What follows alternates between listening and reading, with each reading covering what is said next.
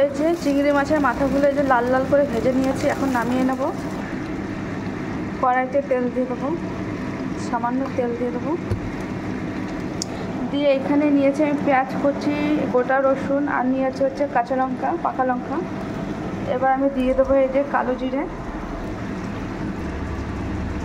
তেল গরম হয়ে গেছে, এখন আমি দিয়ে দিচ্ছি কালো জিরে। এবার আমি দিয়ে দেবো এই পেঁয়াজ কুচিগুলো, পেঁয়াজ কুচি, রসুন কুচি, এগুলো ভালো করে নাড়িয়ে নেব।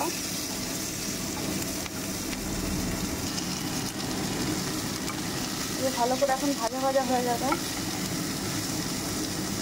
সামান্য একটু দিয়ে দেবো লবণ, দিয়ে একটু হলুদ গুঁড়ো, দিয়ে এটা ভালো করে ভাজা ভাজা হবে। পেঁয়াজগুলো ভাজা হয়ে গেছে, এবার আমি ভেজে রাখা এগুলো দিয়ে দেবো, মিক্স করে দিচ্ছি, দিয়ে ভালো করে নাড়িয়ে নেব।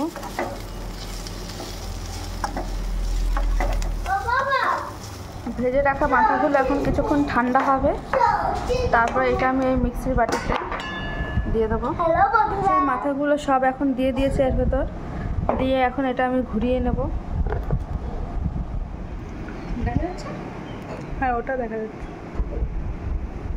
ফাইনালি আমার এই যে বাটা রেডি। তোমাদের এখন দেখাবো কেমন হয়েছে দেখতে বাটাটা।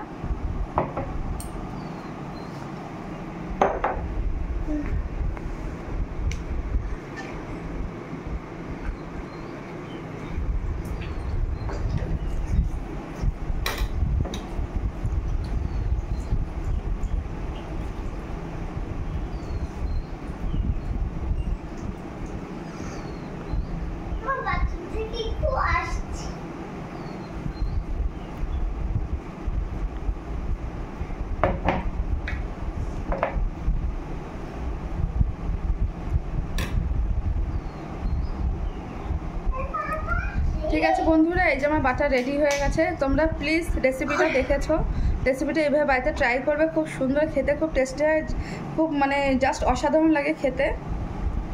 ঠিক আছে, আমি একটু টেস্ট করে তোমাদের বলছি কেমন হয়েছে। দারুণ, একবার খেলে বারবার মুখে লেগে থাকবে, তোমাদের বারবার খেতে ইচ্ছা করবে। আর এটা অবশ্যই ট্রাই করবে বাড়িতে।